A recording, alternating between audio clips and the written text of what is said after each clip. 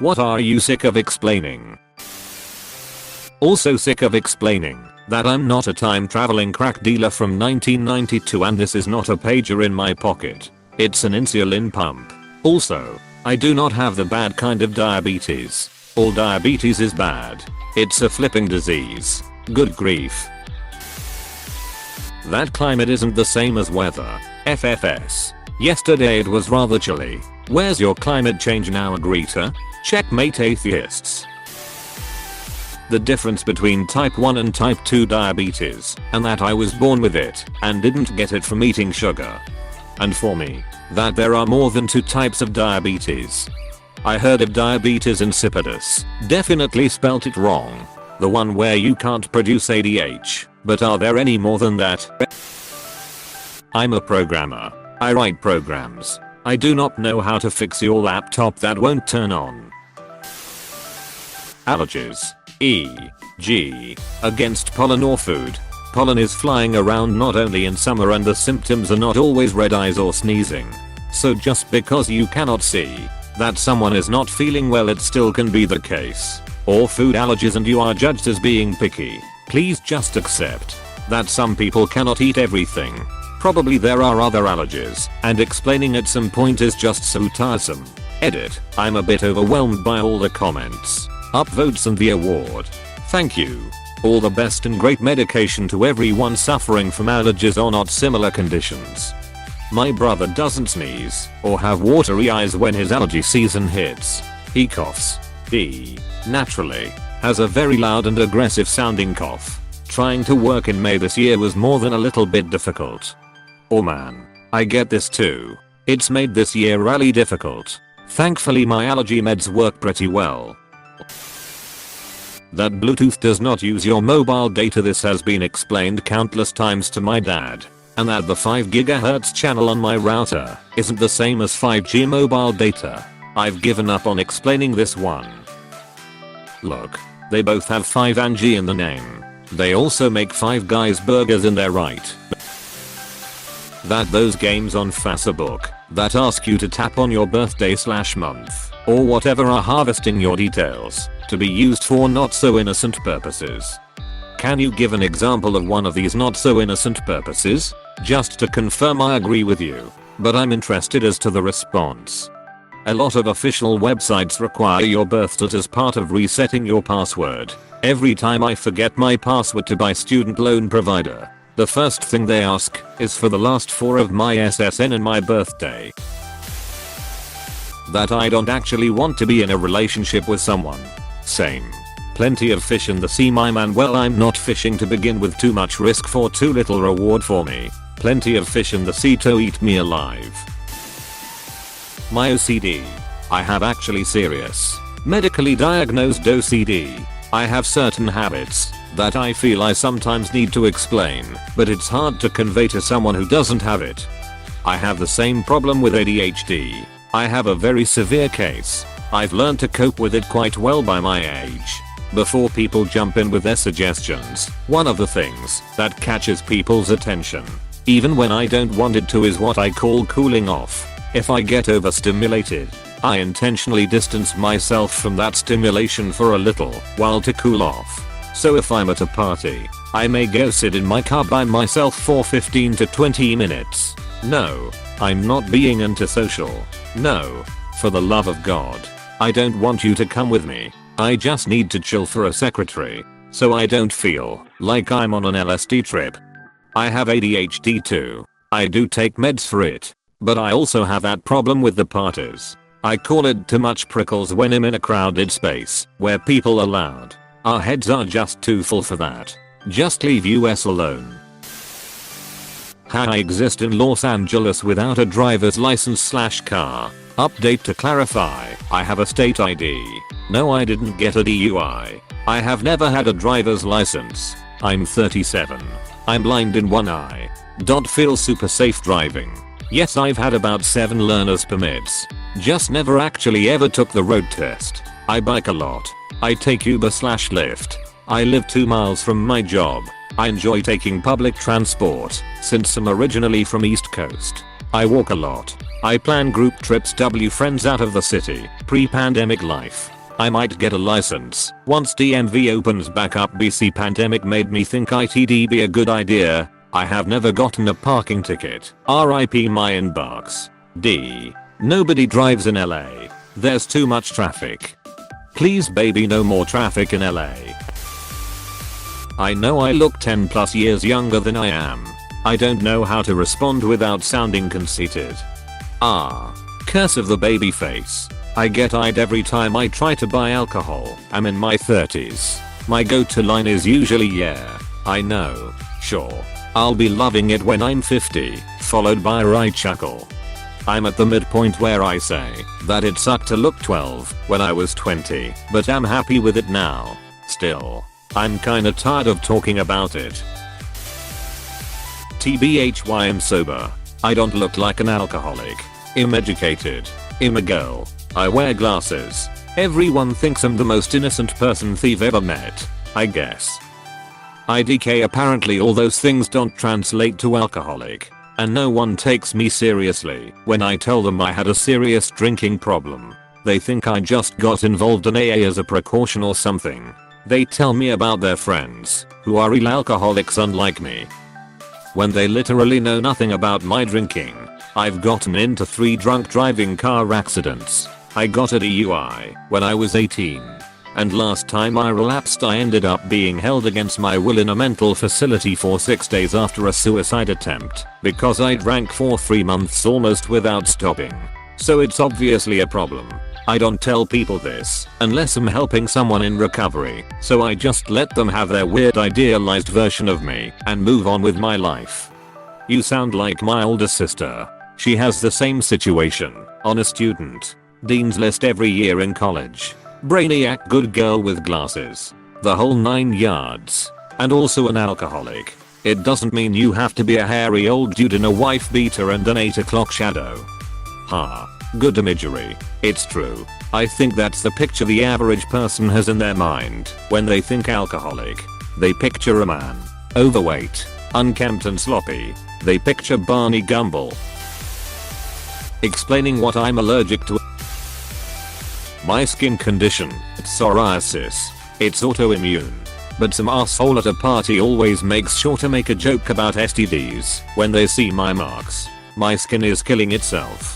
Brenda, edit. I'm not surprised to see how many people can relate. Psoriasis is one of the most common incurable conditions. And a lot of people struggle with mental health because of this. I've been there too. And I hope all of you will be able to either keep or regain the confidence. I'm lucky to have my partner, the love of my life, who makes me feel loved and beautiful. Y'all are beautiful. F the rude assholes. Edit 2. Happy Psoriasis Awareness Month. THXU/Drizzy for the reminder. My husband has inverse psoriasis, also known as arthritic psoriasis, is allergic to polyester and to the sun. I no longer bother explaining why we don't prefer going to the beach. I just tell people I suffered a horrible accident when I was a child and thank you for the invitation, but I can't even hear waves without feeling crushing despair. No one understands sun allergies. No one. Edit. Following up of the thread's lead and thanking everyone for their empathy. It's not my suffering to bear, but it is very hard to witness. Everyone here has been so supportive and kind. I really needed to see this side of people today, so thank you. Edit 2. I showed my husband this thread and he almost broke down and cried. All the understanding and camaraderie really made his day. We talked for a good hour about some hurtful things people said to him over the years, even close family, and I think this was very cathartic for him. He seems more keen now to explore treatment options after reading all the testimony about different approaches. I really cannot express how grateful I'm to all of you. Special shout out to the op who got us all talking. Thanks for making this post today of all days. OMG same.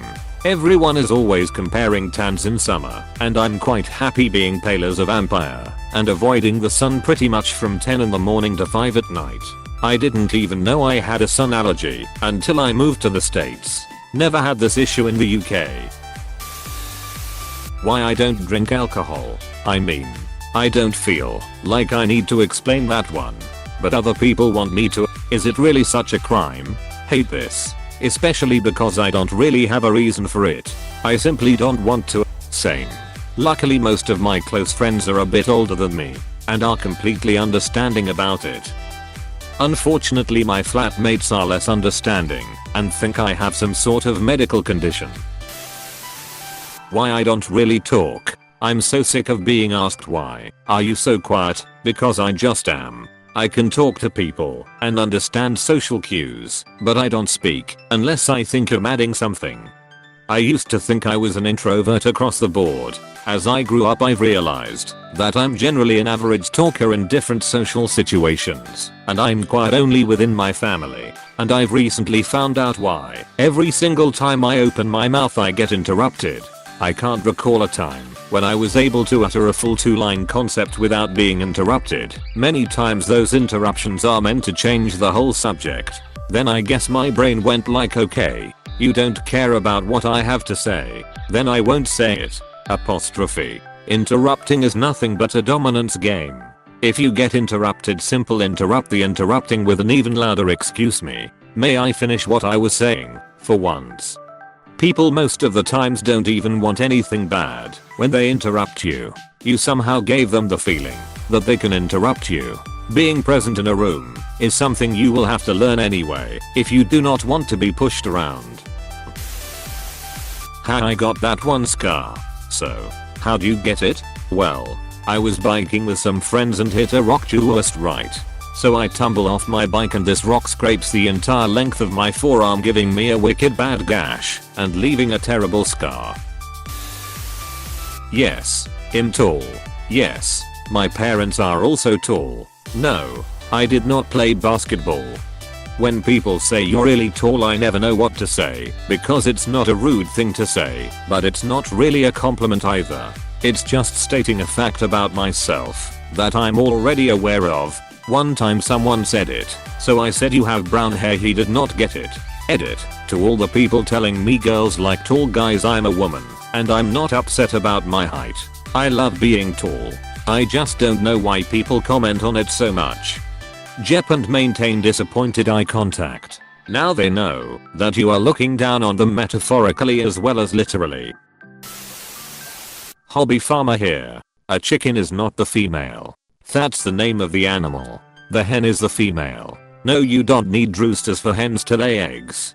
They've been bred over hundreds to thousands of years to lay a lot of eggs. Yes, an animal needs to become pregnant in order to produce milk. Just like a person. They don't just one day become mature enough and become a perpetual milk factory. Hay and straw are two different things. Hay is dried grass or other leafy plants. It's what a lot of ruminants and horses eat. Straw is the dead stems of a crop like barley or wheat. It is inedible and usually used for bedding.